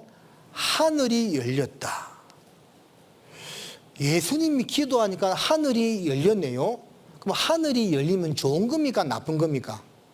좋은 거예요. 이스라엘 백성들이 불순종했을 때 하늘이 닫히고 비가 안 내렸다 했거든요. 다시 기도하니까 하나님이 하늘 문을 열고 비를 내렸다고 되어 있습니다. 그러니까 하늘 문이 열리는 것은 좋은 겁니다. 하늘 문을 여는 방법에 대해서 예수님 말씀하고 있죠. 어떨 때요? 기도하니까 하늘 문이 열렸다 그 말입니다. 자, 야고보서 5장을 보겠습니다. 뒤로 쭉 넘어가서요. 야고보서 5장 18절을 보면 야고보서 5장 18절 같이 읽겠습니다. 다시 기도한 적 하늘이 비를 주고 땅이 열매를 내었느니라. 자, 기도하니까 어떻게 됐다고요? 하늘이 비를 주고 땅이 열매를 내었다고 되어 있죠.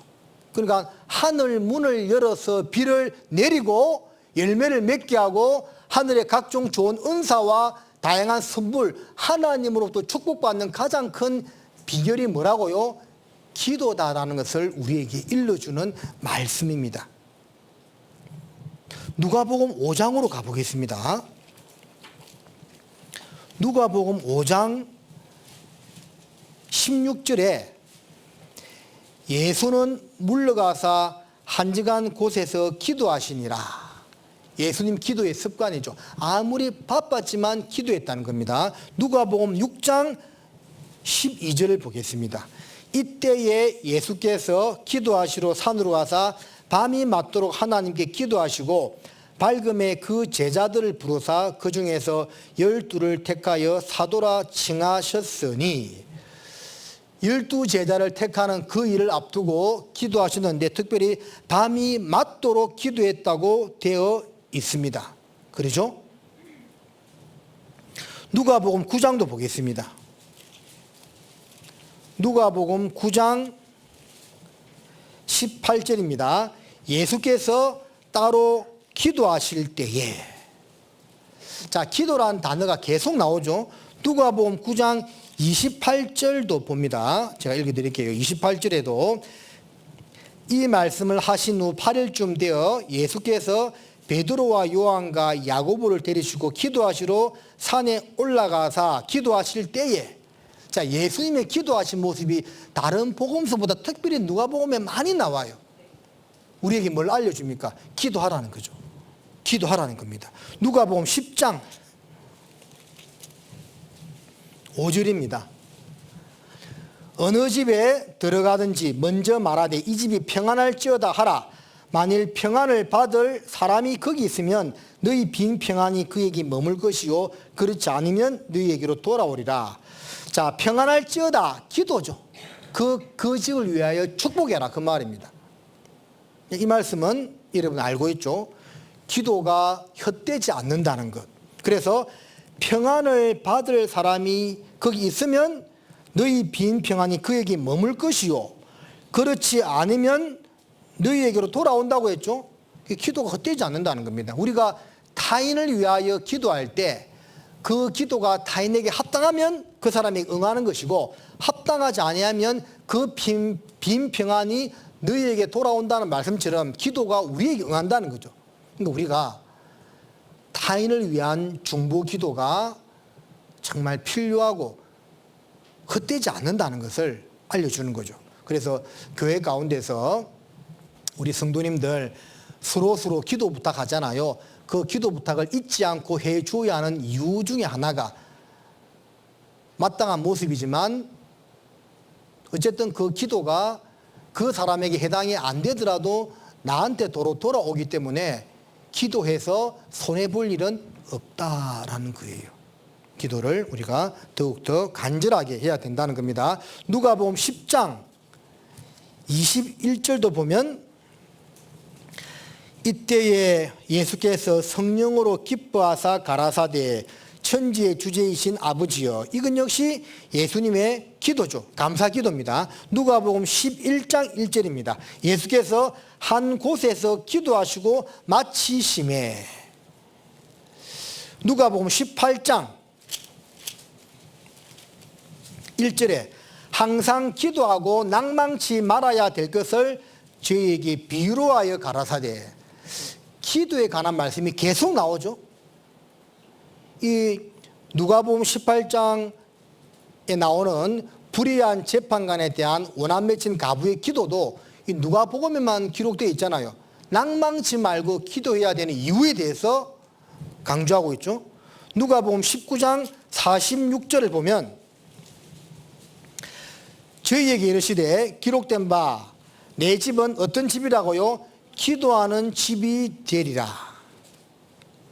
누가복음 21장 36절 이러므로 너희는 장차 올 이 모든 일을 능히 피하고 인자 앞에 서도록 뭐라고요? 항상 기도하며 깨어 있으라. 22장 32절 그러나 내가 너를 위하여 내 믿음이 떨어지지 않기를 기도하였노니. 자, 얼마나 많은 기도의 말씀이 누가복음에 나옵니까? 베드로를 향한 주님의 기도. 그러니까 주님이 베드로를 위해서 기도해 주었기 때문에 베드로가 돌이키고 구원받고 위대한 사도가 될 수 있었던 겁니다. 만약에 주님의 기도가 없었다면 사단이 밀 까부르듯 베드로의 영혼을 청구했는데 어쩌면 베드로는 이뤄졌을지도 몰라요. 주님의 기도 덕분에 베드로는 구원받고 위대한 사도가 될 수 있었다라는 거죠. 그렇다면 베드로를 위하여 기도한 주님은 우리를 위해서 기도하지 않겠습니까? 기도하겠죠? 예? 로마서 8장 26절에 성령도 우리가 빌 바를 알지 못하나 성령도 탄식함으로 우리를 도운다고 되어 있죠. 성령님께서 주님이 우리를 위해서 기도하고 있다라는 겁니다. 누가복음 22장 40절에도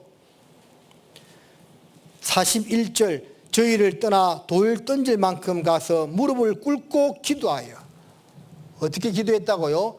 무릎을 꿇고 기도의 자세를 말씀하고 있는 겁니다. 다니엘도 예루살렘을 향하여 열린 창으로 하루에 3번씩 무릎을 꿇고 기도하였다고 되어 있습니다. 44절에 예수께서 힘쓰고 애쓰고 더욱 간절히 기도하시니 46절에도 이르시되 어찌하여 자느냐 시험에 들지 않게 일어나 기도하라 하시니라. 23장 34절 이에 예수께서 가라사대 아버지여 저희를 사하여 주옵소서 자기 하는 것을 알지 못함이니이다 하시더라. 저희가 그의 옷을 나눠 제비 뽑을세. 예수님 돌아가시면서도 기도하고 돌아가셨습니다. 맞죠? 그러니까 예수님의 모든 일생은 기도로 점철된 일생이었다 봐도 무방한 겁니다. 하루를 기도로 시작했다가 기도로 끝냈고 중요한 순간에 더욱 간절히 밤이 맞도록 기도하셨고 무릎을 꿇고 땀이 피가 되도록 간절하게 기도하신 주님의 모습이 다른 복음서보다 누가복음에 더욱더 많이 기록되어 있는 이유는 우리가 어떠한 모습으로 주님 앞에 더욱더 매달려야 할지를 알려주는 것이라 할 수가 있는 겁니다. 자, 누가복음의 핵심 반복 구절은 기도하라는 겁니다. 또 이제 마지막 누가복음 24장 52절을 보겠습니다.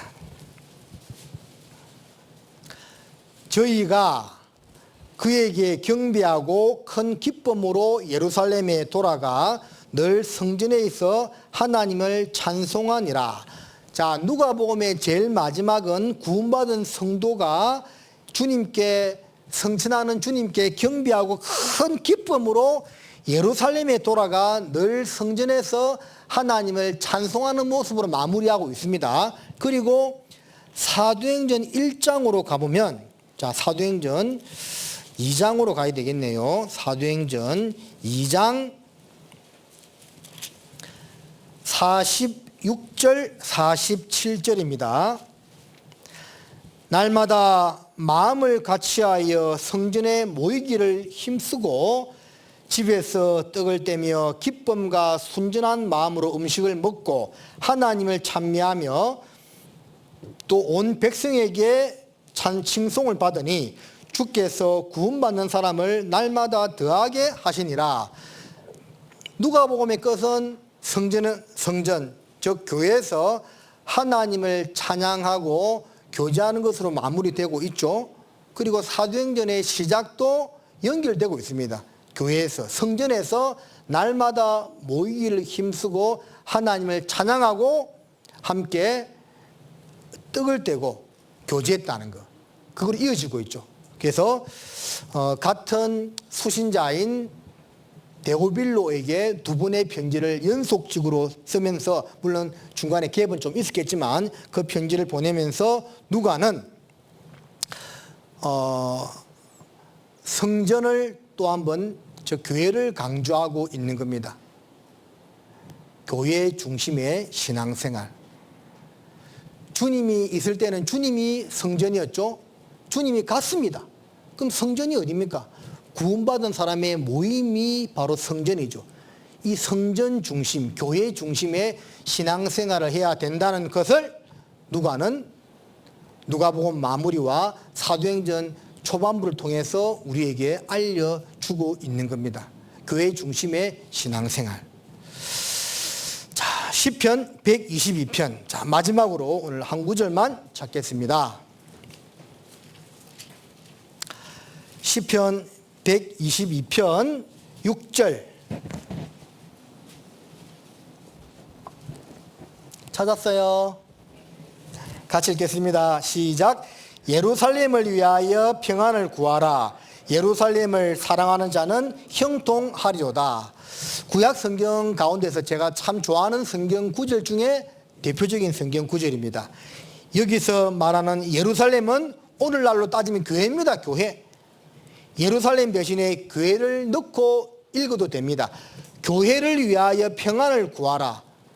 여러분, 교회의 평안을 구해야 됩니다. 교회가 평안해야 든든히 서 나가는 겁니다. 여러분, 날마다 기도하시죠? 무슨 기도합니까? 구원받지 못한 가족들을 위해서 기도하죠. 그 기도도 물론 중요하지만 더 중요한 기도가 나주교회의 평안을 위해서 기도해야 됩니다. 대한예수교 침례의 평안을 위해서 기도해야 되는 겁니다. 그게 마땅한 성도의 자세입니다. 그 다음에 교회를 사랑하는 자는 형통하리로다.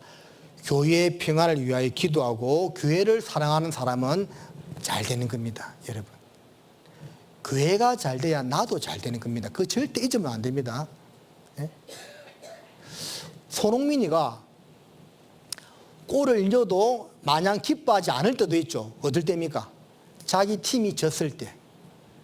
자기는 골 넣어서 좋은데 팀은 졌어. 그렇게 기쁘지 않아요. 자기가 골을 못 넣어도 자기 소속팀이 이기면 더 기뻐해요. 왜? 팀이 이기는 게 먼저 중요하거든요. 우리 팀이 이겨야지 내 혼자 잘하면 뭔 소용이 있습니까? 그래서 교회가 잘 돼야 나도 잘 되는 겁니다. 교회의 평안을 구하고 교회를 사랑하는 자가 축복을 받는 겁니다. 자, 누가복음을 통해서 이러한 것을 우리가 교훈을 받을 수가 있었습니다. 기도하시겠습니다. 하나님 아버지, 오늘 신약의 누가복음을 통해서 몇 가지 교훈 받아 보았습니다. 짧은 시간이지만 우리 성도님들 말씀을 잘 받아들일 수 있도록 도와주셔서 감사를 드리고, 또 들은 말씀을 흘러 떠내려 보내지 아니하고 마음에 새기고 감사함으로 남은 때 살아갈 수 있도록 도와주시옵소서. 또 더운 날씨에 참석한 우리 성도님들에게 주님께서 주시는 합당한 은혜와 평강이 가득하기를 바랍니다. 우리를 사랑하시는 예수님의 이름으로 기도드립니다. 아멘.